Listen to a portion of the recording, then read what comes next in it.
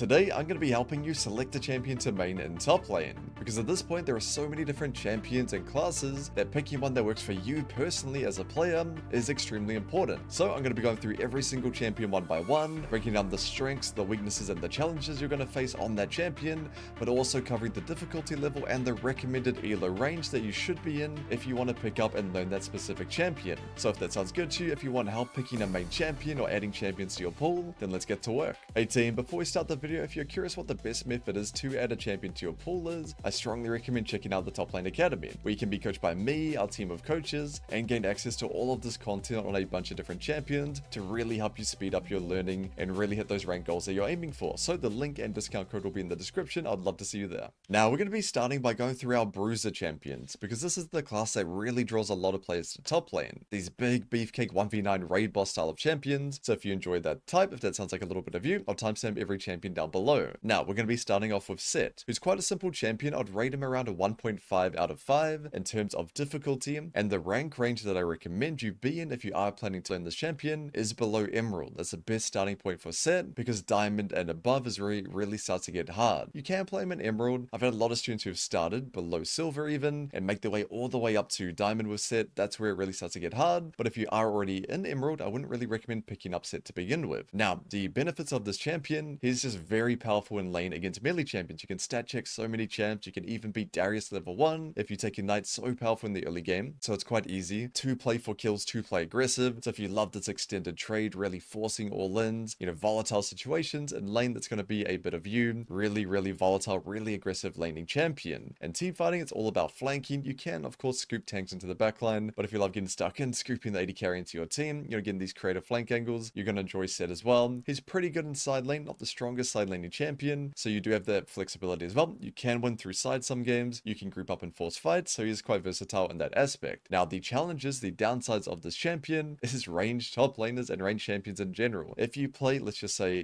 keep it the example simple, if you play a Master Plus and you verse a good Kennen, Aurora, Jay, all these champions, even the fake melee champs like Ambessa and Rumble, you're gonna have a pretty bad time. Sett really struggles into range top laners, and if you don't really get a lead or if you get behind, he's probably one of the worst champs from behind, I would say. Really struggles in that way. So I would advise against him if you're playing in high ranks, because you're gonna verse good range top players. There's not really many players who are good at spacing until Masters Plus, Diamond Plus. There are a few of them, so you're not gonna face that challenge until then. But when you are facing that challenge, you really have to be, a Sett one trick with thousands and thousands of games to be able to play into good range top laners, and even then there are going to be better choices. Moving on to Aatrox. Now the difficulty of the Trox I'd say is around a 3 out of 5, and the rank range in which he's best at is between Platinum and Master. So Plat, Diamond, and Master, he's a really strong champ. Any lower than that, and it's going to be quite hard for you to really min-max your spacing and your range advantage. You're going to verse a Darius, a Mordekaiser, or a Garen pretty much every game, or a Sett, and if you make spacing mistakes and they get on top of you, it's going to be really hard, and if you get behind against them, it can be quite brutal. And any higher than that, GM and Chow lobbies, you're going to verse really good players playing broken champions like Ambessa, Jace, and Aurora. They're going to space you, they're going to bait your spells, they're going to dodge your skill shots. Of course, a good Aatrox player, a one trick can do well. There are definitely some players that make it work, so I'm not saying it's impossible. It's just really hard. That's why I'd recommend it between Plat and Master. That's where he's the strongest, and the benefits of this champion, what might draw you to him. And lane, he's a really good blind pick, so if you hate being counterpicked in those ranks especially, really strong blind. You can win pretty much any matchup. 1 to 3, 1 to 4 can be quite tricky, but after that you have a lot of outplay potential if you play your matchup well. And he's also probably the biggest thing that draws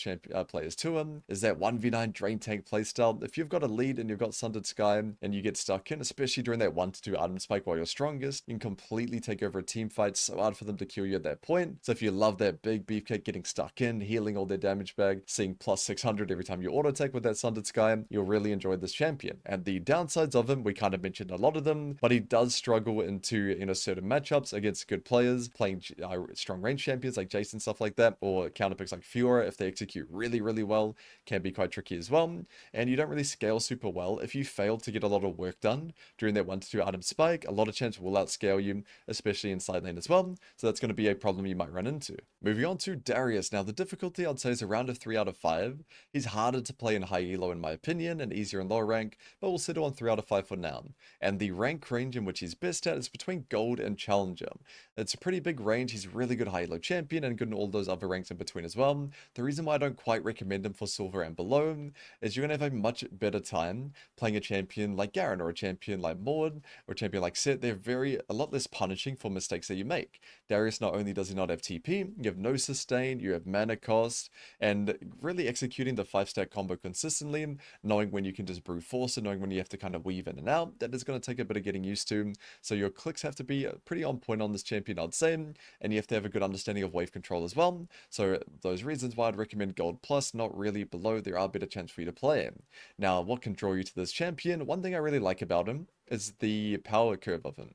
He's really, really strong in lane, and he scales like a machine. So he's not just a lane bully that falls off a cliff later on. He's one of the best level 16 3-item top laners in the game, scales amazingly, and he's just so strong in lane in the majority of matchups that you play into. Now, he's not quite as strong in a mid-game spike compared to like a Renekton, you know, that 1-2 spike. Renekton really strong, Darius not quite so as much, but strong in lane, and if you use that early lane to accelerate yourself and speed up your scaling to level 16 3-items, really, really fun kind of playstyle. Now, in terms of team fighting, I'll just say the fun thing about him, it's very simple. You just play a nice front to back, just hang out with your AD carry, hang out with your mid, whatever bozo on the enemy team gives you a reset or 5 stacks, you take it, and then you just run around pretty much one-shotting everyone. A lot of dopamine that will be gained if you play this champion, so definitely going to have a fun time. If you love running people down in lane, they're really strong early game, and just popping off in a team fight, getting a bunch of, big executes down, really, really fun. Now, the downsides of him is range top laner, range comps. If you verse a good Aurora or Jace or even, fake range champions like Gangplank and Rumble can be a little bit annoying at times, it's going to be quite difficult for you to get used to. That's the biggest barrier why people start playing Darius and loving him, and they quit because they don't understand how to play him into range top laners or into range comps. Maybe you're in a good matchup, but they have Lilia Hui jungle mid. That's also going to be very difficult. Just because it's difficult doesn't mean it's impossible. You're just going to have to learn how to execute the lanes into range tops, the team fights into range comps. But if you can do that, if you can overcome that hurdle, you're going to have a really strong champion every single season, locked in for life. There's not really any season where this champion is not good recently. Next up, we have Mordekaiser. Now, the difficulty I'd say is around a 1 out of 5. Pretty simple champion, and the rank in which he's best at is any rank below Emerald. Again, you can make him work in Emerald if you're already a Mord player, but if you're playing it, let's just say you're E3, E2, I don't really recommend you picking up Mord as your champion, and especially if you're Diamond or Master Plus, not really a champion for you to add to your pool. But below Emerald, amazing champion. Doesn't matter if you're in Iron or in Gold, really, really strong. The reference points are quite simple, really good at extended trading. You have a bit of versatility as well, because you have 2 range abilities to farm and poke with, so I'd say he's quite a fun champion to really learn the role with. Learn your wave control, your team fighting, your mid-game macro. Mord's a really good champion to start with if you are relatively new to the game or struggling in lower elo brackets. Now, what might draw you to him is the ability to 1v1. Doesn't matter if you get ganked past level 6, you can pick whoever you want and just make them 1v1 you, bro. Really, really fun in that aspect. It feels really good. You're kind of respecting jungle, tracking them. Get level 6, you just toss that out the window. Doesn't matter anymore because they can't gank you if you're able to 1v1 either the enemy top or the enemy jungle. It's really hard for them to do anything about it.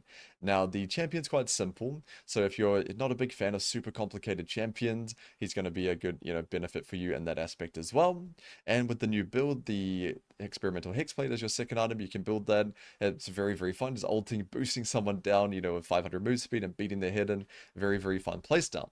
Now, the downside you might run into on him is you're very skill shot reliant. If you miss your E, you've missed your Q, it's going to feel very awkward to get, auto attacks onto people and to get their 3 stacks going. So you have to be quite, confident in hitting your skill shots or patient with them. Lead with movement, start ordering, hold your Q, wait for them to juke themselves. That's going to be a learning curve for you. And I'll say the biggest hurdle you might run into, the thing that might steer you away from Mord, is the way that you fight in skirmish. If you've ever played Mord before, the worst thing ever is to ult someone from max range, slowly walk towards them, they use 1 dash, slowly walk towards them again, they just keep kiting you out, your ulti falls off, worst thing ever.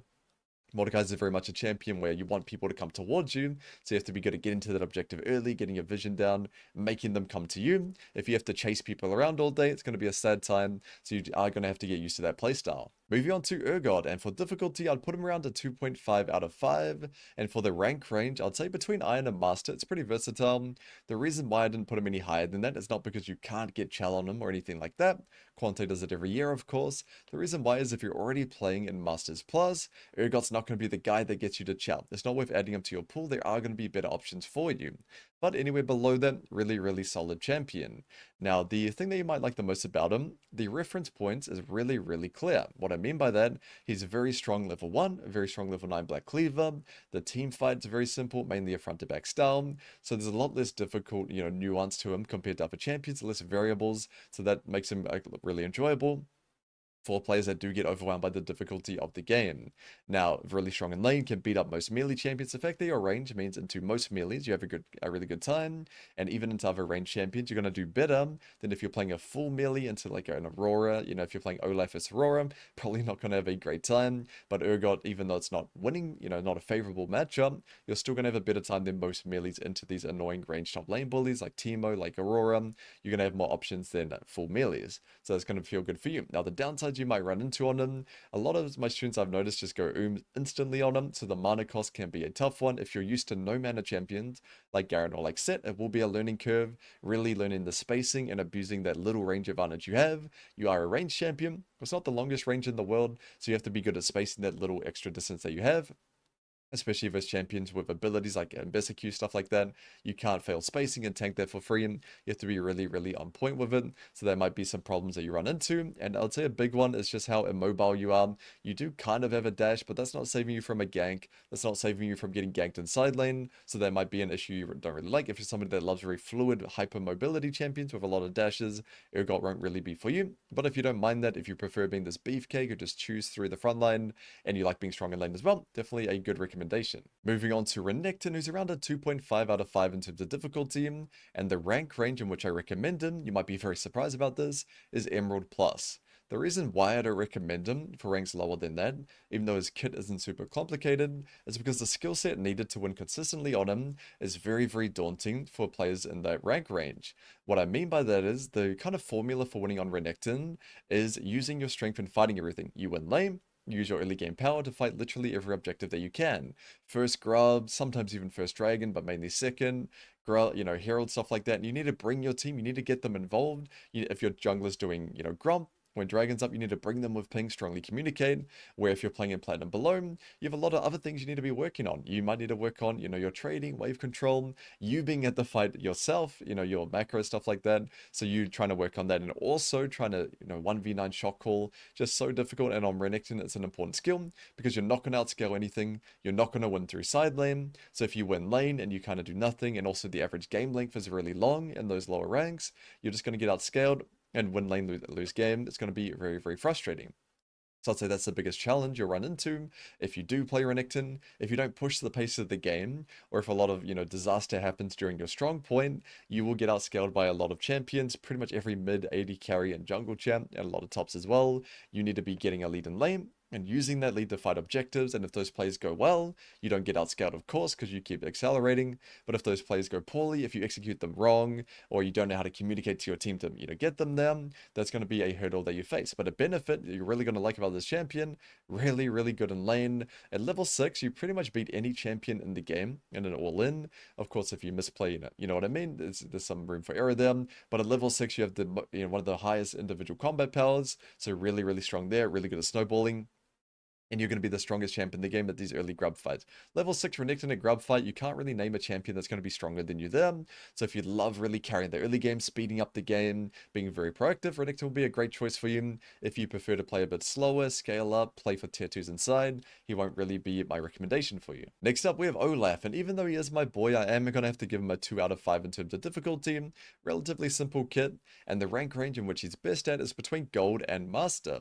Any higher than that, he's a pretty horrible blind pick, but you can use him in GM and Chal as a counter pick in your champ. Really, really great counter pick. Doesn't matter if you're against great players. If you see the Varus, Nautilus, and you have a good match up top, and you pick Olaf, you're going to be very, very OP. But as a main champion, as a champ that you're picking often, between Gold and Master is his sweet spot.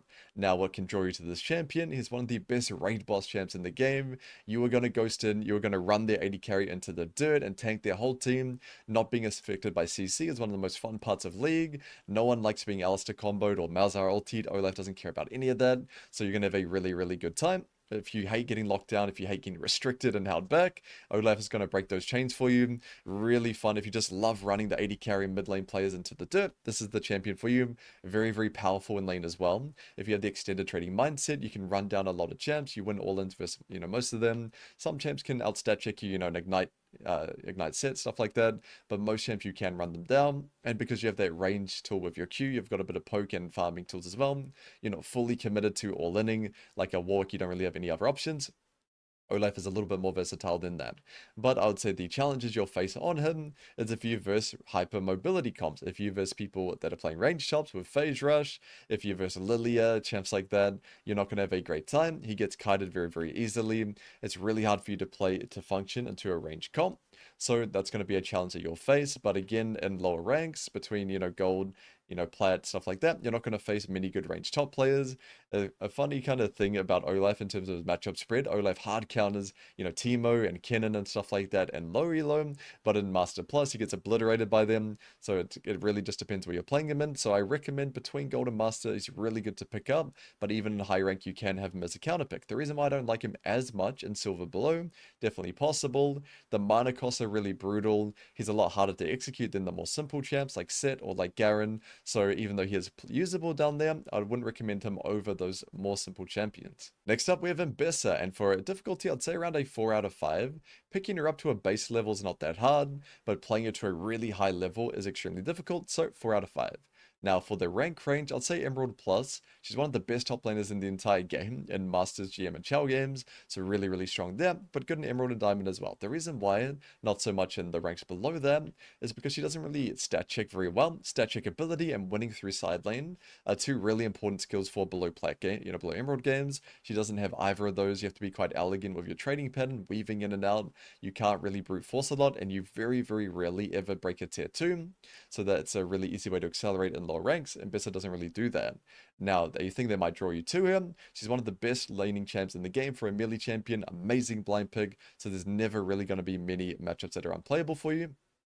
And you spike really, really hard early on to one item eclipse, you're going to be the strongest champ in the game. So if you really love this kind of hyper mobility champion, high skill expression, love bullying your lane opponents, and you just hate, being in a champion where you get counterpicked often, and this is going to be a great pickup for you. And if you prefer to win through side lane, collect tier 2s, she's not really going to be that for you. She actually gets outscaled in side lane by a lot of champions, so that's going to be a big weakness that you run into. So if you really value winning through side, I'd stay away from it. If you value lane skill expression and carrying early skirmishes and team fighting, probably the best champ in the game at the moment for that. Next up, we have Wukong, and for difficulty, I'd say around a 1 out of 5, pretty simple champion.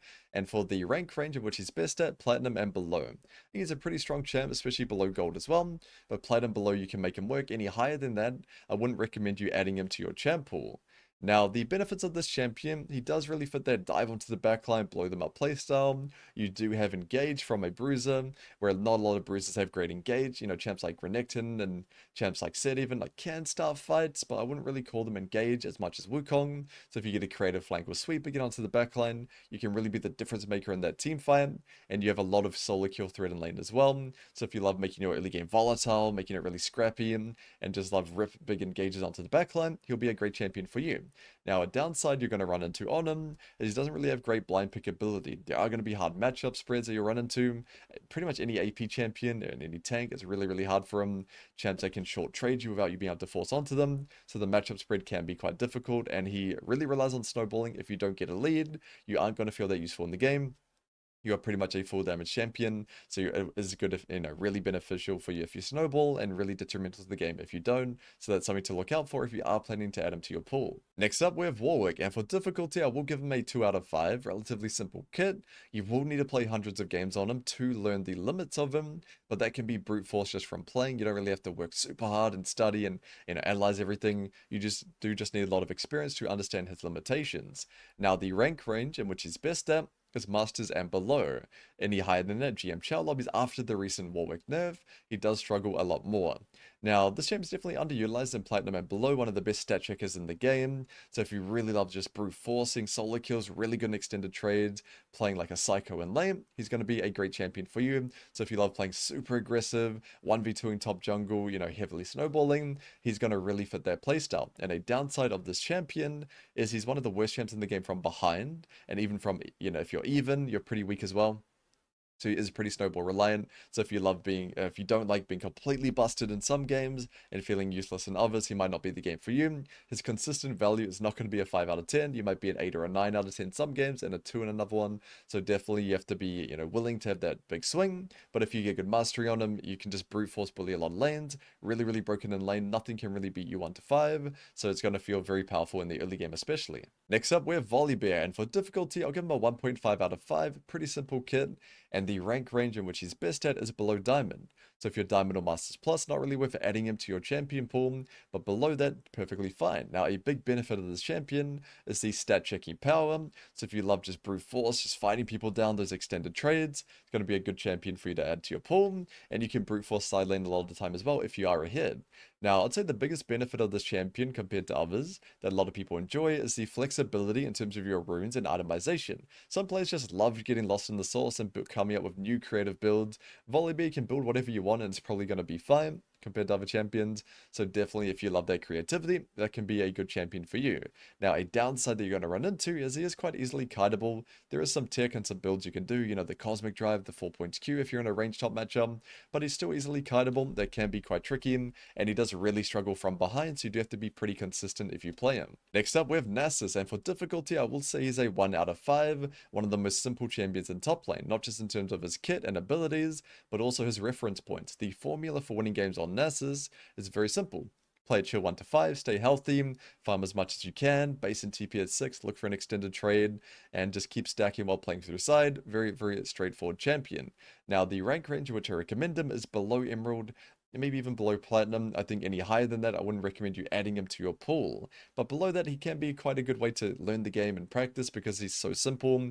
Just stack it up. So if you enjoy, simplifying your journey, if you feel a bit overwhelmed with the game, and if you just love that stacking mindset, just keep stacking, keep getting those Q stacks up, and become a complete raid boss in mid-game team fights, he's going to be a great champion for you. If you don't like playing quite passive in lane, if you want to play volatile, if you want to play aggressive, then I would stay away from him because this is a champion where you do have to be very patient in the early game and be very careful when you pick your moments to strike. Next up, we have Kled, and for Kled, I'd say he's around a 3 out of 5 in terms of difficulty. Really important to know your limits on this champion. And for the rank range, I'd say between Gold and Grandmaster, so pretty unusual one. I think GM and Chow games, he is going to struggle a lot more, but he can do quite well in Masters and any rank between Gold and that. So the reason why I don't like him below Gold, again, the complexity of the champion just makes me want to advise against it. If you're playing in Silver, playing in Bronze or Iron, champs like Garen or Sett are going to be a much better pickup for you. Kled is usable, but you don't really win through side as hard as these other champions, and you don't scale super well as well. So if you don't get a lead in lane, you can feel quite useless. So that's why I wouldn't really recommend him for below Gold. But any other rank, really great champion. So what might draw you to this champ is he's very, very unique. So not a lot of people understand his limits when they play up against you. So that can you catch a lot of people off guard. And if you love making it volatile, this is a champion that doesn't really care about farming. You're playing mainly for the trades. Most of your matchups, of course, if you verse like a Sion or something, you're probably going to farm more than when you verse a Fiora or a Jax. But my main point is you're very volatile. You're very aggressive, trading back and forwards, both being low HP, that type of playstyle. So if you love playing on that knife's edge, Kled is definitely a good pickup for you. And just the uniqueness of his kit, really baiting people in when you're low, remounting. If you love outplaying people that way, he'd be a great pickup. Now, some that might steer you away from him. You do have to snowball. I think he's quite weak from behind, so he's a little bit snowball reliant, less so than before. But still, I'd say he's going to be weaker than pretty much any other bruiser if he doesn't snowball. So you do have to rely on that. And playing from behind, you are going to be quite useless. So that will be a challenge that you face. Also, his matchup spread is a bit difficult. There are a lot of range champions that are really hard for him, and some melee counter picks like Fiora can be tricky as well. So you do have to watch out for that. Next up, we have Rumble, and Rumble's going to be the first champion that I recommend only for Masters Plus players. And that's not just because his difficulty is a 4 out of 5. The main reason why is because what he lacks in a champion, he's weak in side lane, he's vulnerable to ganks, it's really important in lower ranks, but that doesn't really matter that much in higher ranks. Everyone's good at tracking jungle, you're not going to win games through side lane, they're not going to give you a tier 2 for free. So what Rumble brings, really broken in lane, one of the best blind picks currently, spikes really hard 1-2 items, can permanently maintain priority, really good there, and especially in GM Chow lobbies, there's a lot of lane swapping going on, you know, it's sadly to say it, but Rumble's really good in those as well, can just nuke the wave with ulti, get the swap off, you know, can survive 1v2, so he's really broken, that's why he's really good in pro games as well. So if you love champions that are just really strong, consistent value every game, if you hate some games you're hard counted and useless, some games you're broken, if you love just being useful every game and being really strong in lane, Rumble will be a great pickup for you, really high skill expression as well. Next up, we have Rengar, and Rengar's going to be another Masters Plus only champion in my opinion, because his difficulty is 5 out of 5. In my opinion, he's probably the hardest top lane champ in the game to play to an extremely high level, and every single good Rengar player I've ever played against when I check their OPGG, they always have over 5,000 games across all their seasons. This champion, you have to be a Rengar one trick for life, but if you can do that, a really strong champion as well. Now, what might draw you to Rengar,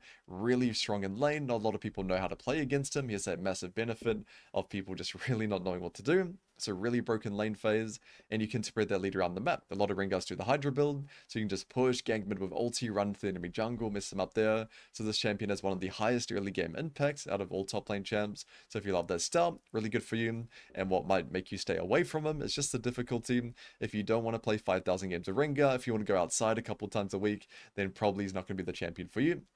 You really have to commit a long period of time to study him, practice the mechanics, and get really fluid on him. It's not a champion you can just casually play him, and maybe not even casually, just, you know, sweatily play 300, 400 games on him. You need to commit thousands, really high skill ceiling champion. And for our final bruiser, we have Pantheon, and his difficulty will be around a 2 out of 5. You do need to have a decent level of spacing and know how to use his ulti, but the kit's pretty straightforward. Now, the rank range in which he's best is between Plat and Diamond. Any lower than that, and you're really going to miss having the ability to stat check people and win through side, which Pantheon cannot do. And any higher than that, and you're just going to play up against players that know what they're doing. It's not going to feel quite as good. He can definitely work in Diamond and Masters as well, but I'd just say that's the best range for him. Now, the benefits of this champion, really oppressive in lane, really strong lane bully. You can get a lot of early game solo kills, or advantages just from pushing the limits of your champ. So if you love being that strong lane bully, making your opponent want to quit the game, really good in that aspect. And if you're quite interested in not just being a lane guy, you can spread your lead around, you can ulti mid, ulti bot. So if you kind of like that versatility, most top lane champions, you're kind of locked into lane till 12, 14 minutes. Pantheon doesn't have that same rule. You can roam around quite a lot, so that can be quite fun, quite exciting if you like that type of playstyle. Now, something that might steer you away from him is you're pretty useless from behind, I'd say. And there are a lot of champions that will just go even against you and that'll be winning. Champs like Gragas, Malphite, Poppy, if they just go even, they beat you. So that doesn't feel that good. So if you don't really like that high risk, high reward playstyle, Pantheon might not be the one for you. Moving on to our duelist side laning champions. So these are champions that don't necessarily split push the whole game, but they use side lane as a way to gain resources, create pressure, make themselves individually strong, and then use that lead to carry the game.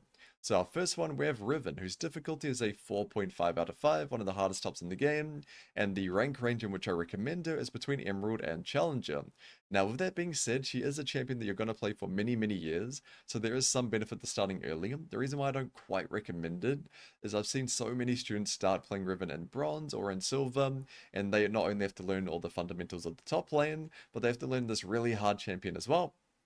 In my opinion, it's better to get to Emerald with a more simple champion. Let's just use Garen or Sett for an example. You're going to have a really good foundation. If you're an Emerald Garen player, you're pretty much an Emerald top laner as a baseline role. And then if you have that good understanding of, you know, mid-game macro, team fighting, wave control, all that stuff, and then you put Riven into the mix, you're going to have a much better foundation for being good at it. Now, the benefits of this champion, and of course it's going to be the big selling point, is just how fun the skill expressive kit, the comboing, their really high paced gameplay. If you love the really high outplay potential, really, you know, high amounts of comboing and variables, you're really going to like this champion. She's also really, really strong in lane, one of the strongest during that 1 to 2 item spike. So if you love just, snowballing through lane, carrying the game with that lead, high 1v9 potential, Riven is the best at that in the game. One of the best tops on the patch at the moment as well. Now, something that might steer you away from her, I'd say some matchups can be quite annoying. I know a lot of Riven players just hate these brick walls like Renekton and Poppy, stuff like that. Well, some range matchups can be annoying, but I'd say the biggest frustration for this champion that you'll run into is you're going to lose a lot of games or lanes or games from your own mechanical misplay.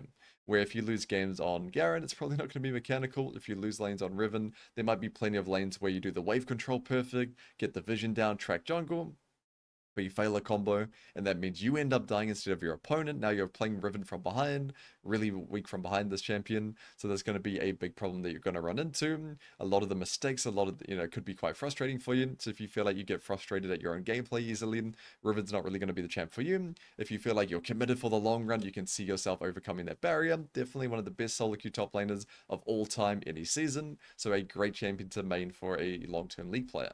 And as for Fiora, should be best between Emerald and Challenger. Any lower than that in the complexity of the champion can be a bit overwhelming.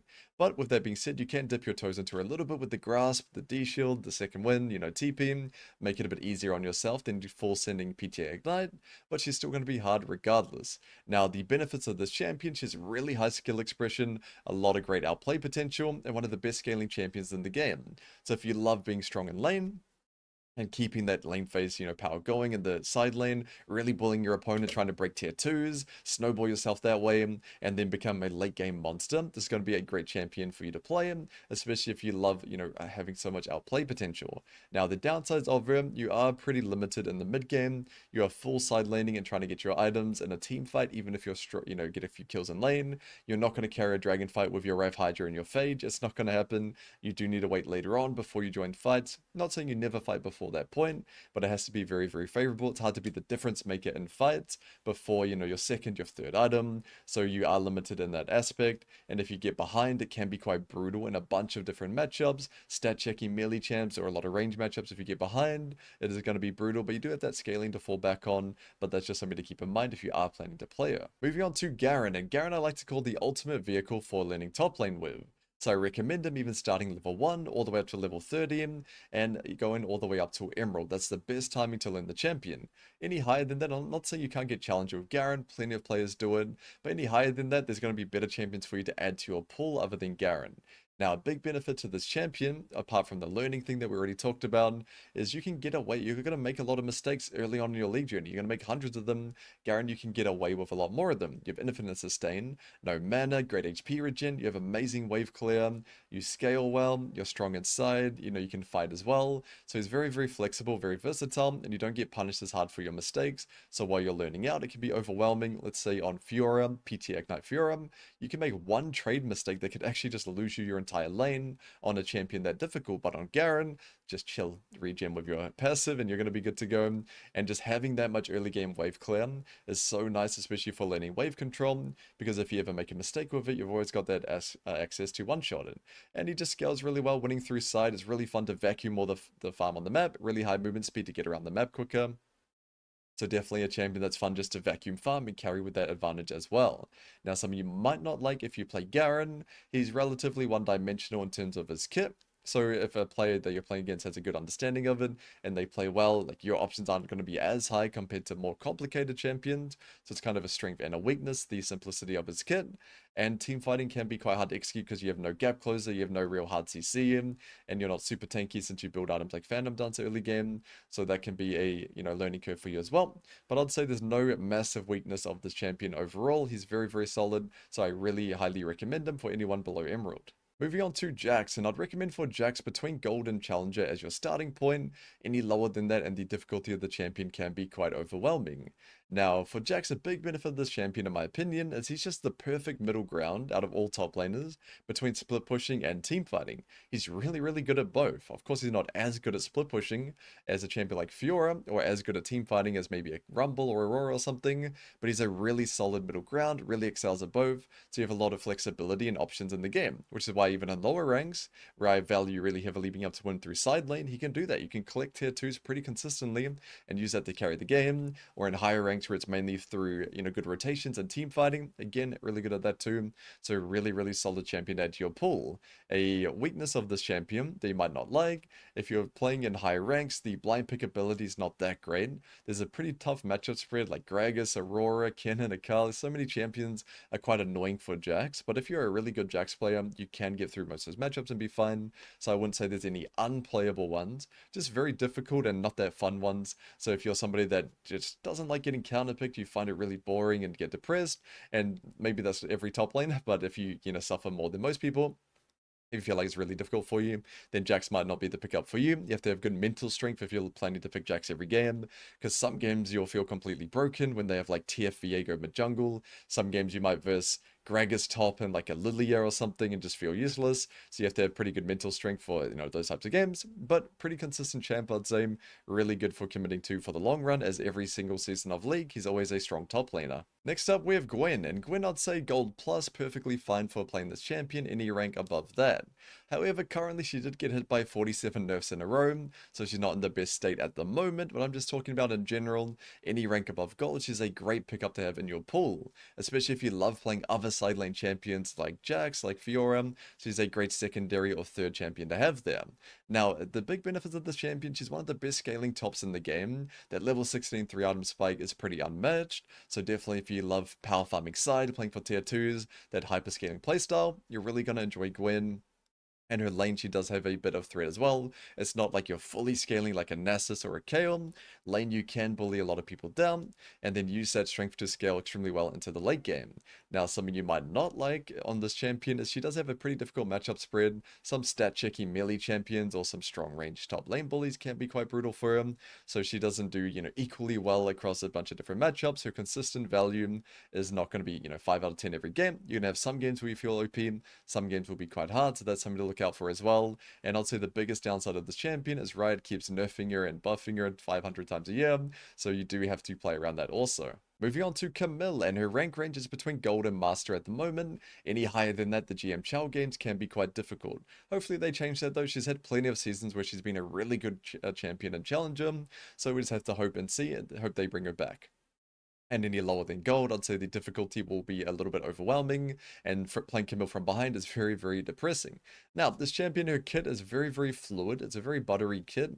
It feels really nice to combo and stuff like that. So if you enjoy that type of smooth feeling kit, Camille will be great for you. She scales extremely well, so she spikes really hard at Triforce. But 3-4 item spike, you get the Cho'gath ultimate on your Q, so that's something to look out for as well. And you have a lot of options in the game. You can play through side, you can push in waves, look for picks on mid. So if you like having your options open, if you don't like linear playstyles, Camille has a lot of versatility and a lot of options in the game. So that will really open you up to a lot of ways to win the game, from being creative. Sometimes you bait and lane gank for your mid laner in the side lane. Sometimes you even just push in waves early top and gank for them, stuff like that. You have a lot of options as long as you're looking for them. So definitely a fun champion in that aspect.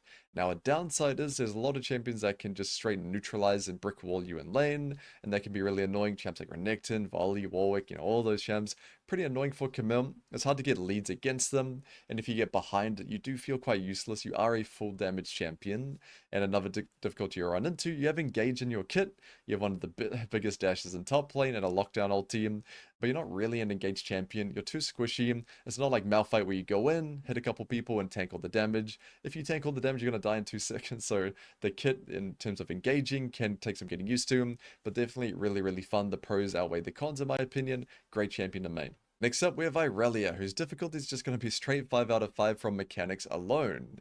So this is definitely a champion that I'd only recommend if you're extremely confident in your mechanics, if you feel like you have really high mechanical skill. So Emerald Plus should be the baseline. You should be able to at least get to Emerald from mechanics alone to be able to pick up Irelia into your champ pool, in my opinion.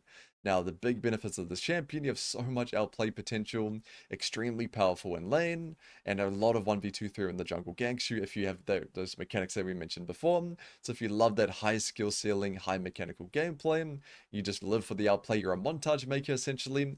Great champion for you. The downside, what you're going to run into, in my opinion, translating a lead on Irelia is probably the hardest champ in top lane to do so on. Let's say you get a couple kills, get the tower, using that lead to win games on him can be quite tricky. It's pretty hard to hit the tower in front of people. Your team fighting is really, really hard to execute. So if you might feel frustrated when lane lose game, so that could be something to watch out for. It's something that I'd be careful around. But again, the biggest barrier to entry on this champion, you just need to have really high mechanical skill, and then on top of that high mechanical skill, commit hundreds if not thousands of games on her. Moving on to Yone, and I'd say Platinum Plus is a good starting point for this champion. Initially, I had Emerald Plus, the reason I lowered it. I have had quite a few students make him work in Gold and Platinum and climb their way through them, so definitely it is doable. Now, this champion, I would say a big benefit of him is the skill expression, the carry playstyle, power farming, the waves, eating cabs, trying to get kills through side, stuff like that. 10 CS per minute, really, really good if you love that high CS playstyle. He is pretty much the 10 CS per minute champ. You should be power farming as much as possible on this champion. Now, a downside of him is in top lane, he does have quite a hard matchup spread. There are some strong, brick wall champions like Renekton, like Sett, that can just brute force kill you. So you have to play a lot better than them, and that can be quite annoying at times. But definitely, if you get that high ceiling, you can make it work. A lot of the matchups, can be outplayed, even though it's not favored for you. So it does rely on you performing well on them. Moving on to our split pushes, and for our full split pushing champions, the majority of your game is going to be spent trying to win through side lane and create as much pressure as possible. So if you love that more isolated playstyle and you don't really like seeing your teammates on your screen that much, then these champions will be perfect for you. So we'll start off with Yorick, and I'd say between Iron and Master is where he does the best. Any higher than that and playing full split pushing champions isn't really as good. They're not going to give you tier 2s. The enemy jungle supports are going to be better in punishing you. Not saying they're unusable, but it's very rare that you see a GM or a Chell player that's a Yorick one trick or a Trundle one trick or anything like that. It's pretty rare, but not impossible. Now, for Yorick, one thing that's really going to draw you to this champion is the feeling of helplessness you're going to give to the enemy top laner as soon as you hit level 6. So 1 to 5, you play very chill. Nice short trades, try to stay healthy, and level 6 onwards, you just keep them stuck under tower for the rest of the game, unable to really do anything, unable to breathe. That's going to be kind of your recurring game plan, and trying to create as much pressure as possible, pulling the enemies to you, or you're going to make, progress on the enemy top lane, chip away at him, break his tower, that type of playstyle. So if you love that, Yorick will be one of the better champions for you. Now, something that you might not like about him, a challenge you're going to face, we've kind of already mentioned it, but you're not that good in a group setting. So even if you have a slight lead in lane, the bruiser champions like Renekton, tanks like, of course, Ornn or Rumble, other champs like Rumble, they're going to be more useful than you grouped up, so it's not going to feel that good. And if you do, get killed inside, if you don't like getting ganked that often and punished, you're going to get ganked inside a lot because you're stuck there perma-pressuring, so you do have to learn that playstyle, how to absorb that pressure without dying, so it's a challenge you'll face. But again, if you love that 1v1 isolated playstyle, really just bullying the enemy top laner, trying to make him take a 2-week break from the game, then Yorick will be a good pickup for you.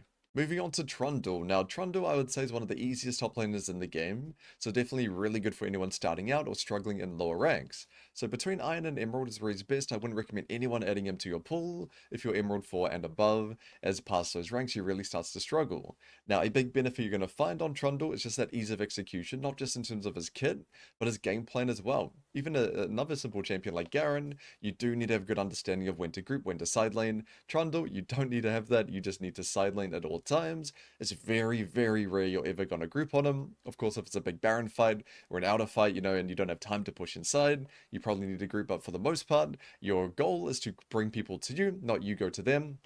So it's very liberating in a way, having such a simple outlook on the game. You just keep pushing side, create as much pressure as possible without dying, try to break towers, and you can 1v1 pretty much any melee champ in the game, so it's really fun as well, just being able to brute force beat their hidden. Now, something that you might not like if you play Trundle, some potential concerns. First thing, range top laners are quite annoying, so maybe a good Teemo or something like that can be tricky, but I only recommend it between Iron and Emerald. There's not that many good range top laners in those lower ranks. Now, another concern is the fact that you aren't that useful in a group setting, so even if you have a lead, if you group up at a dragon fight with your Rav Hydra, you're probably not going to be that useful. Not saying you can never group, it's just not going to be as strong as other champions, so that is something to look out for. Next up, we have Tryndamere, and Tryndamere I'd recommend it between Gold and Masters. Any higher than that, and you're really going to feel that lack of being able to group and fight. And any lower than Gold, the one main reason why I don't recommend it below Gold is because of one thing, and that is proxying. Proxying is a really hard skill to learn, but Gold Plus is a good starting point, and on Tryndamere, proxying is pretty much a mandatory skill. He's amazing at proccing Demolish in front of people's faces and proxying the wave, devouring camps, so if you can't do that, it's not really worth playing the champion, and learning that skill in below gold when you have a lot of other things to work on can be quite difficult. It's even going to be hard in gold and platinum, emerald, all that stuff. Proxying is a really hard skill, but I'd say that's a good starting point where your baseline is going to be good enough where you can dip your toes into that proxy playstyle. Now, a big benefit of Tryndamere is his simple playstyle, winning through side, creating his pressure, proccing Demolish in front of people's faces, spinning away after proccing it, stuff like that. So it's quite a fun style if you love that split pushing, farm vacuum kind of playstyle. Really good at eating camps, one-shotting waves. So if you love that 10 tests per minute, trying to break towers, make yourself really, really accelerated, then he'll be a fun champion for you. And really good at just running people down into the dirt as well, and tower diving them from full HP. Now, something you might not like on him is the fact that grouping is not going to be that good, even if you're ahead, pretty bad in a group setting, and really struggles into hyper range comps. If they have a lot of mobility and CC, stuff like that, it's really hard for you to get your damage down without just getting kited around the place, so that can be a little bit frustrating as well. Moving on to Illaoi, and I'd say between Iron and Emerald is where she does best, especially after the nerfs. Any higher than that she will struggle. Now, I would say Illaoi is the #1 most hated top lane champ to verse across all my students, so if you want to make the enemy top laner miserable and want to quit the game, and just really keep them stuck under tower suffering, then Illaoi will be a good pickup for you. The game plan's quite simple, keep them trapped, go fishing for ease, chunk them, and break the tower in front of them. If they go on you, you're just going to pop ulti and kill them, so it's a pretty simple game plan, and then the mid game, just keep winning through side, try to bring people to you, and especially in these lower ranks, a lot of players don't really understand her limits, so the jungle will try to gank you, give you the freest 1v2 of your life, so it's going to be a big benefit of her. She's really, really good at 1v2ing the enemy top jungle at level 6, so it's something to look out for. Now, something you might not like if you play her, the 1 to 5 is pretty weak. You do have to kind of chill until 6 versus champs that can just force all ins onto you, so you do need to be careful. And the ability, not really being able to group up that well is a problem. I'll say she does better than other full split pushes, like a Trundle.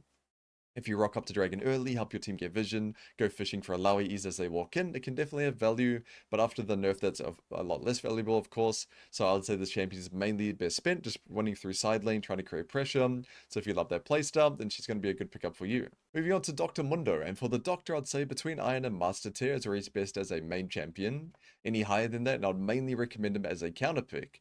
Now, a big benefit of this champion is just how simple the game plan is. Stay healthy early game, take short trades, get as much farm as you can, and then the second you've got your Warmogs activated, start headbutting the tower in front of your opponent.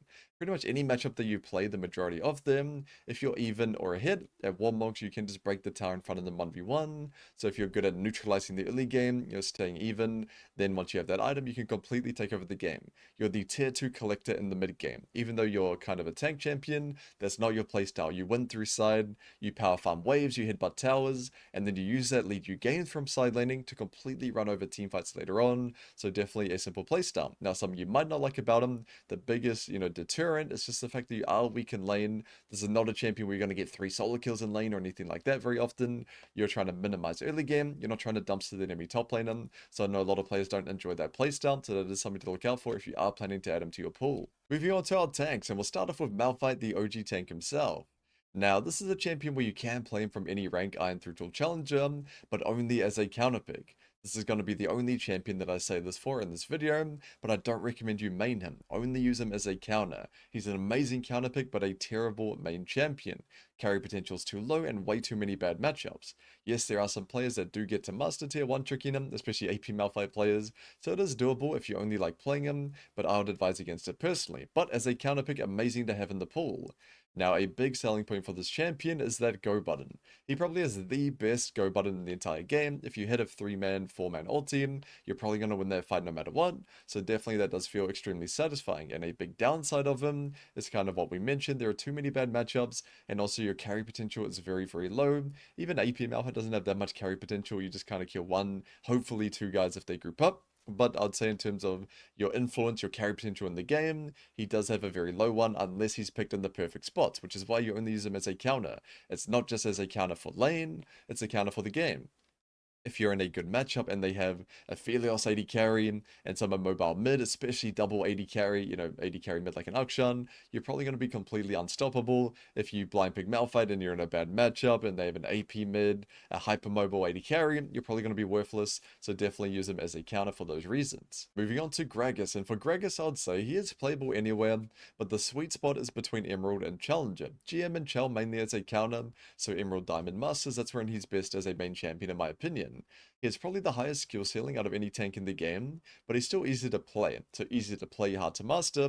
So if you love that high skill expressive champion, but you don't want to feed 500 games in a row like you would on Riven, then Gragas is a great champion for you, especially if you love that more tanky style of class. And the good thing about Gragas is you can do tank builds, you can do AP, he has a lot of build flexibility as well, and he's just kind of a brick wall in lane. He doesn't really have any matchups that can get guaranteed advantages against him. He can farm, he can, win against pretty much anything.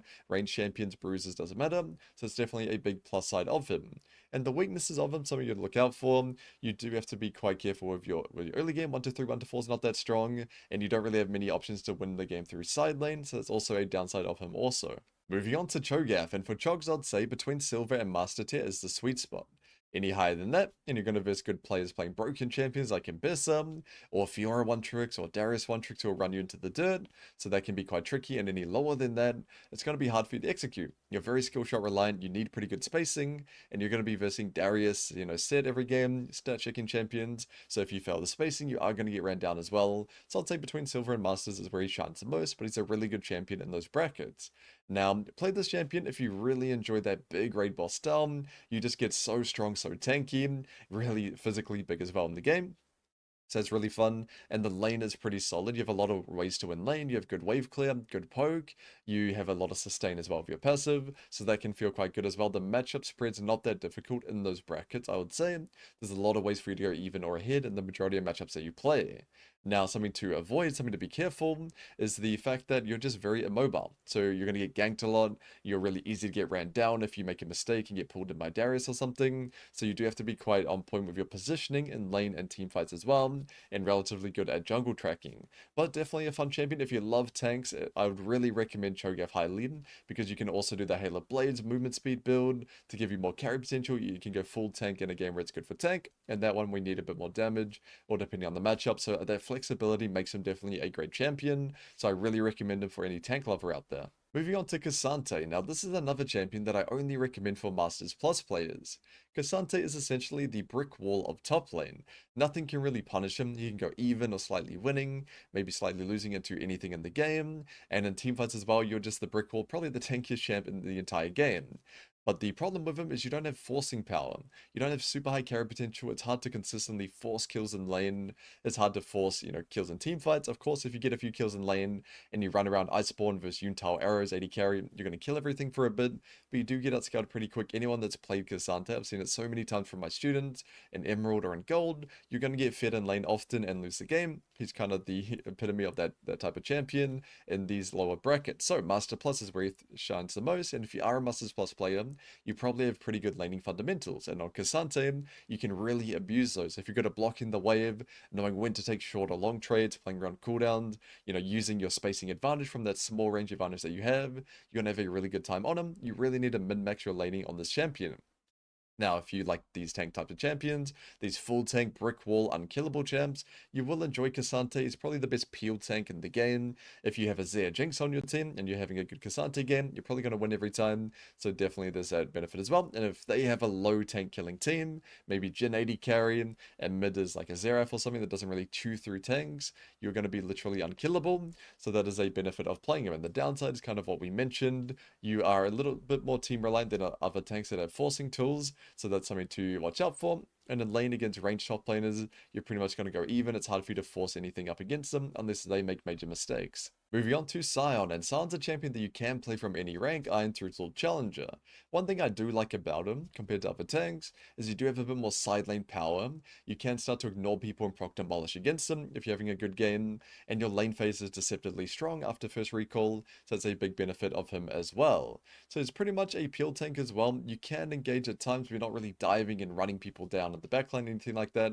So if you love being that front line, that brick wall for your team, and you want to have a strong, solid blind pick that does well in the majority of matchups, Sion is a great pickup, really strong in lane to be honest, into a wide matchup spread. There are going to be some tricky ones like Darius and stuff like that, but even those are playable if you are a Sion main. And a downside of him, you are a little bit more team reliant than some of the other tanks that can build a bit more damagey, like a Gragas or like a Cho'gath, so you do have that team reliance there, but being able to play it more through side does kind of circumvent that, so definitely a champion that's worth picking up if you do enjoy that tank playstyle. Moving on to Poppy, and for her, I'd say between Gold and Master Tier is the sweet spot. And this is a champion where you're deceptively powerful in lane. You have so many ways to short trade onto your opponent with your Q, your Buckler, that procs Grasp, and if they ever go near a wall and you get that E onto them, their lane is going to completely end. So definitely a powerful laner, especially into hyper mobility carry tops. So if you hate these montage making players on Riven, Jax, Fiora, Camille players, Poppy's going to be a great pickup for you, and that applies to all champions as well. You completely remove Lee Sin, Rakan, those types of champions from the game if you have a good understanding of how to team fight. And I'd say one more massive benefit of this champion is just how game breaking the ultimate is. If you just hit a 1-2 man ulti in a late game team fight around Baron or Sol, I guarantee their team is not going to notice their teammates go flying 2 screens away. It's going to be really, really hard for them to play that out. And you have so much flexibility where you can knock back the front line, engage on the back line, you can snipe their AD carry back, to their base, stuff like that. So definitely a game breaking ability there. Now, a downside of Poppy, you can't really win through side, and you don't really do too much damage. You can build Sundered Sky and give yourself a bit more boost, but you don't really have super high carry potential compared to other tanks that can build more damage-oriented builds, so that's something to watch out for as well. But definitely the ulti can completely change the outcome in these late game fights, so if you mainly love, being strong in lane and late game team fighting, Poppy's going to be a great choice for you.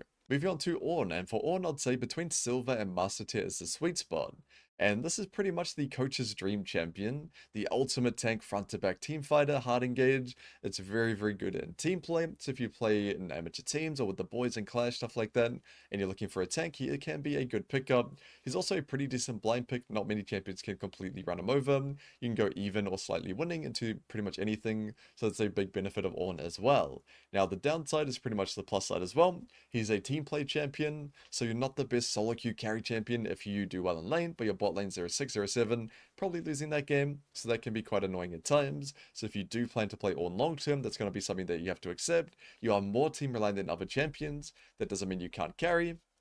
It just means carrying games on Ornn consistently is harder than most. Moving on to Singed, and for Singed you can play him any rank Iron through till Challenger, but I don't recommend picking him up late. If you're already Diamond Plus, I'd say he's not worth picking up because he is a one-trick champion. You want to be a Singed player for life, you do not want to have casually in your pool Singed as a counter pick or anything like that. But if you are good at Singed, if you are willing to commit for the long run, he's definitely a good solo queue champion. He really thrives in the chaos, and the big benefit of him is it doesn't matter how bad your matchup is, you are the king of proxying. You can avoid most of your matchups. A lot of Singed players as well, even if the enemy top's playing perfectly and not letting you proxy, they'll just sacrifice 6 minions, go get their proxy down, and then use their proxy to attack mid, attack jungle, do creative ganks into bottom, stuff like that, around Dragon Timer. So definitely you have a lot of agency in the early game in terms of map impact, even though your lane might not be that strong, and that's kind of the downside as well. Your lane is not that strong. It's pretty hard to dominate people 1v1 in lane, unless they don't really know what you do, so it's something to watch out for. If you do play Singed, you're mainly looking to use your champion to attack the map, not 1v1. Next up, we have Zac, and this is definitely an underrated champion in my opinion, and I'd say between Emerald and Challenger is a good starting point for him. But I will say most Zac players that have success on him in Chal and GM, they are Zac one-tricks, so that is something to keep in mind as well. Now, big benefit of this champion, not only do people not know what he does in lane, his lane is sneakily broken. He has infinite sustain, no mana, insane healing sustain on passive blobs, so if you extend the matchup, if you keep them stuck in lane for a long time, you can out-sustain pretty much anything, so it's a big benefit of him as well. And just the threat you have on the enemy team, especially if they have a mobile mid AD carry champions, and you're creative getting into nice flanks with your sweeper, with your pinks, and getting onto them, you can completely 1v9 teamfights on this champ consistently.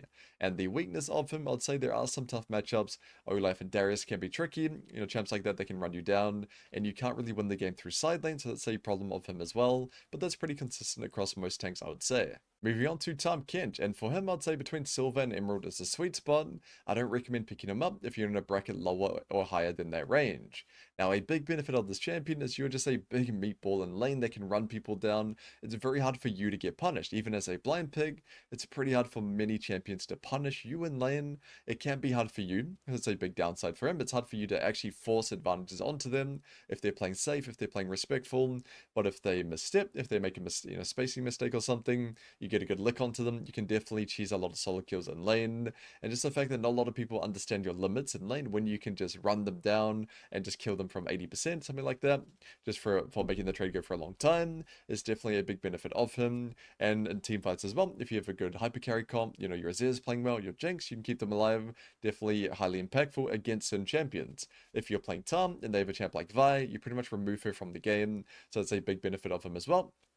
And the weakness is just kind of how linear the champion is. You can't really force advantages in lane that well. You can't force advantages through side lane. And if you're not a hidden lane, he's not super useful in a team fight unless those conditions are met, which I mentioned before. Like you have strong carries that you can peel and keep alive. But if you do well in lane, but your team kind of plays poorly, it can kind of be hard to be that difference maker. Next up, we have Shen, and for him, I've put his difficulty at a 3 out of 5, purely for the ulti usage. The rest of his kit's extremely simple, but being able to use your ulti well is a tough skill. Too many Shen players use his ulti purely to peel. That's not what it's for. Your ulti is for attacking and counter-attacking, not for defending. Now, for Shen, I'd say between Emerald and Challenger is the rank range, which I recommend him in. I don't think he's a good champion in lower elo brackets just because your carry potential isn't that high individually. It's more about playing around the map, making good plays, winning skirmishes for your team.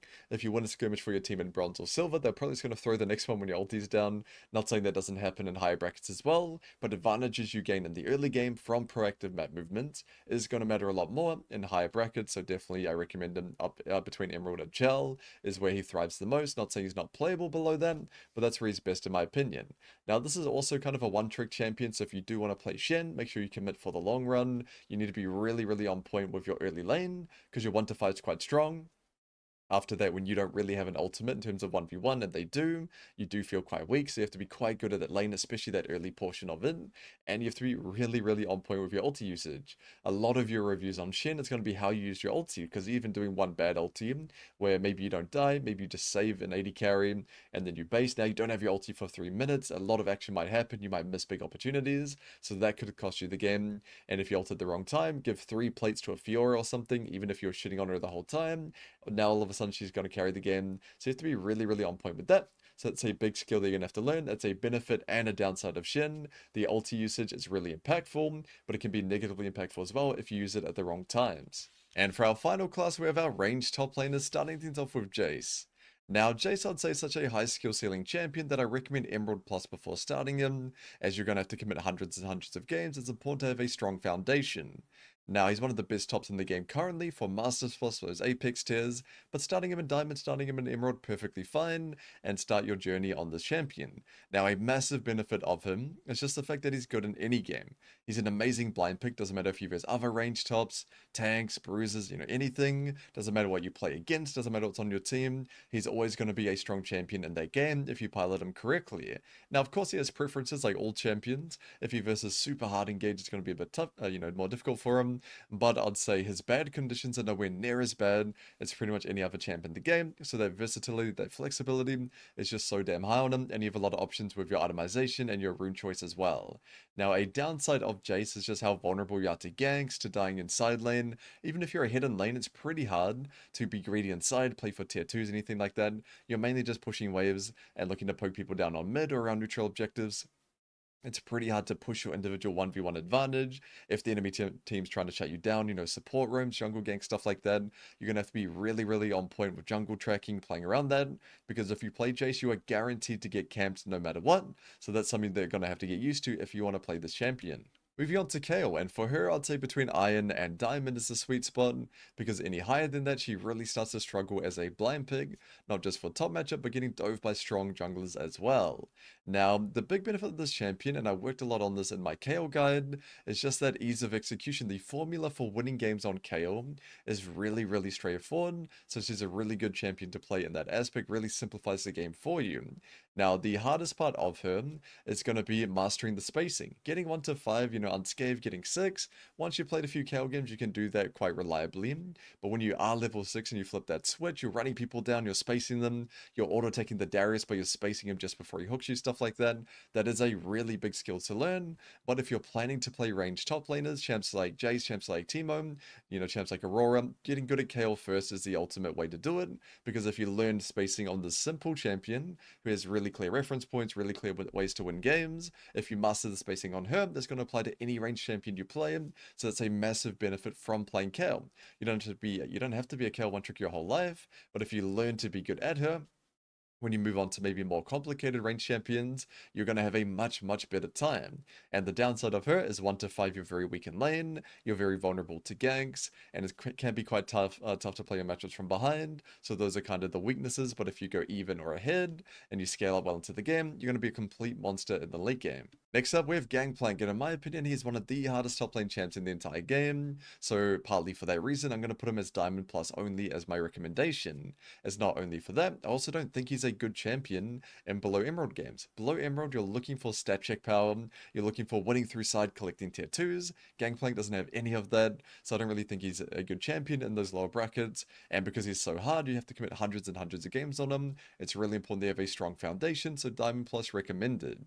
He's in a really good spot at the moment now. Due to the new tech Solar Bucket cooked up with the Comet, you win a lot of matchups now. So he's a champion that can win lane consistently and scale extremely well. And you just have a lot of skill expression in your matchup. Laning specifically on Gangplank, I feel has really, really high skill expression. So if you're somebody that's really loves, that laning details, the wave control, min-maxing your trades, really hyper-analyzing that, Gangplank will be an amazing champ for you to pick up. Now, a weakness of him is you are very vulnerable to ganks, as you have no mobility, very, very vulnerable to ganks, and you do take a little bit of time to come online. Even if you get a slight lead in lane, you can't really teamfight or skirmish that well till level 13, which is pretty late in the game, around 19-20 minutes, so that is a little bit of a problem of him, but you can always be useful while you're farming, dumping ultis for the boys, so that's a plus side of him as well. Moving on to Quinn, and for Quinn, I'd say Gold Plus is recommended. I actually think this champion is really underrated in high elo, really strong at the moment, wins the majority of matchups, and you can use that pressure to spread your lead around the map, attack jungle, attack mid, rock up to early dragon fights. So she's really impactful with the early game chaos that solo queue gives you. Definitely a good champion for that reason. So if you love being super impactful around the map, you're not really someone that just sits in lane for 14-15 minutes farming it out, Quinn can be a good champion for you if you like that type of playstyle. Now, a downside of her is she's pretty useless from behind and pretty easily gankable, so that's something that you are going to have to learn and play around, and it is pretty hard to win games through side. You can't really just break tier 2s and stuff like that very easily on her, so that's also a slight debuff. You're mainly looking to push in waves and roam around the map looking for proactive players. Moving on to Teemo, and the Mo is one of the few champions who's good in Iron all the way through till Challenger. Though I will say, if you're already Masters Plus, it's not worth adding Teemo to your pool. You're better off spending that time playing Jace, playing Aurora, these more OP champions. But if you got 2 Masters with Teemo, keep it going. Definitely he can work in higher ranks. Now, Teemo, big benefit of this champion, he's probably one of the easiest range top laners in the game, so it's good for you to learn that spacing on him, and the way you win games is very straightforward. You win lane, you use that lead to get to an objective early, and you set up shrooms everywhere, punish them when they walk in. Pretty straightforward. So if you're somebody that loves just bullying your opponent, really strong blind pick, making the enemy top laner want to quit the game, Teemo is perfect for that. Now, a downside of Teemo is you're not that useful in team fights, and you don't really win games through side lane. It's mainly your area control, the zone control, getting to an objective early and setting up shop. So your main value is that, combined with making the enemy top laner useless. So it's more about making the enemy top laner trash instead of making yourself super strong. That is sort of your win condition on Teemo a lot of the time. Moving on to Gnar, and for him I'd recommend only starting your Gnar journey at Emerald Plus. Any lower than that, and it's not just his difficulty that's going to hold you back, but also there's just better range top laners to play for those games. Champs like Teemo, champs like Kayle, not only are they easier champions, but they're better in those brackets overall. Now, a massive selling point for this champion has to be his unique kit. In my opinion, he's one of the best designed champions in League, so if you really like that type of the way he's designed, playing around the strengths and weaknesses of Mini Gnar, of Mega Gnar, being very versatile in that way, definitely a great champion for you, and he's sneakily broken in side lane. If you get Triforce Tier 2 boots and you're even or ahead, you can beat up and bully pretty much any melee top in the game, maybe even make progress against the tier 2 if you're far enough ahead, so definitely strong in that aspect, and he's a pretty solid blind pick as well. Big weakness of him is he is pretty weak in lane 1 to 5, that can be quite tricky to get around, and playing around your mega is difficult, not just for your team, not just for you, but your team is not going to play around it at all. They don't care if you're freshly exhausted. If they see an opportunity, they are going to engage. So it's always going to be up to you to make sure you're on good mega timing for these fights. Your team is not going to wait for you. So sometimes you have to give up waves and farm just to keep on that mega timing. And that will take some getting used to. Moving on to Vladimir, who I'd recommend for Gold Plus as your starting point. Now, a massive benefit to this champion is just how broken you are in lane. You have infinite sustain, you have no mana, you have infinite healing, so if the lane goes for long enough, you're going to out-sustain and bully pretty much anyone, and you have extremely high 1v1 dive threat. Diving somebody is the most pressuring thing you can do in the game, because they lose waves instantly, they're going to lose 2 waves a plate, and be extremely far behind, so Vladimir is exceptional for that. You're also a late game monster. If you get onto their backline, get a nice creative flank going with 3 items and your flash up, you're just going to pentakill everything. So if you love that lane bully hyperscaling playstyle, Vlad will be great for you. And a big downside to him, what might make you avoid him, is just the fact that you're pretty weak in side lane. You can't play for tier 2s or anything like that. And it can be quite hard to find angles in team fights if you don't have your summoner spells up, if you don't have flash, or in some games where you have ghost as well, if they're down, it can be quite hard. Pretty summoner spell reliant champion. Moving on to Kennen, who's another top laner that I recommend for Gold Plus. Any lower than that, there are going to be better range top laners for you, like Teemo, like Kale, and you can come back to Kennen when you get a bit better at your spacing. Now, Kennen, a big benefit of him is just how powerful he is as a blind pick. There are not a lot of champions that shit on him in lane, if any, so definitely going to beat pretty much any melee champ, and most range top laners you're going to be fine into, so definitely really powerful in that aspect. But the biggest selling point has to be that dopamine you're going to get when you get those big flash 3-4 man ultis on the backline, the creative smip flanks, all that action, really fun on this champion. So if you love being a strong blind pick, winning your lane, and using that lead to just 1v9 team fights, definitely Kennen is a great choice for you. Now, a big downside of Kennen is you're not really that good in side lane, and you're pretty vulnerable to ganks. If you have good wards and good E usage, you're not really going to die to ganks, but they will take some getting used to, and just not being able to progress a game through side lane can be a bit annoying. Even if you win lane, it can be hard to win side versus a lot of champions, so that is a potential downside. And finally, we have Aurora, and even though she's one of the strongest top lane champs in the game at the moment, I do mainly recommend her for Masters Plus only. Her skill ceiling is incredibly high, and this is a champion where you need to perform in the lane. You need to be extremely good at wave control, at spacing, these 2 skills which are extremely difficult to master. So for those reasons alone, that's why I recommend her later on in your journey. Maybe if you're an Emerald, you're in Diamond, you play range top lane that's not as difficult as her, and you come back later on when you have mastered those fundamentals. Now, a big benefit of her is not just that you're completely broken in lane, I cannot stress that enough, you are one of the best laning top laners in the game, but also you can use that lead to carry team fights. Amazing from a flank position, has a lot of carry potential in team fights. It's not like Kennen where you go in, get your work done, and just pass away. You can go in and out, you can be very creative with it, you have 3, sometimes 4 gap closes depending on how you use your ulti, so that can be, give you really high outplay potential in fights as well, and she's pretty ungankable. If you have good idea of where the jungler is, you have good wards down, you have, again, 3-4 gap closes, you're pretty much ungankable if you're playing around it. So that's a massive benefit of her. Now, big weaknesses of her is she is pretty weak from behind, and lane you're going to get ran down by a lot of champions if you make mistakes. So even though you're really strong in lane, you have to play really well in lane. If you make mistakes, you are going to get punished and get ran down by a bunch of champions. So you do have to keep that in mind, and it's pretty hard to progress a game through side lane as well. You're mainly looking to win lane and use that lead to carry fights. You don't really have many other options than that. Alright everyone, that's it for now. This was a massive video to make, so any support is greatly appreciated. And as usual, if you have any questions at all about any of these champions that I mentioned, let me know in the comments. I'll get back to you and I'll see you all next time.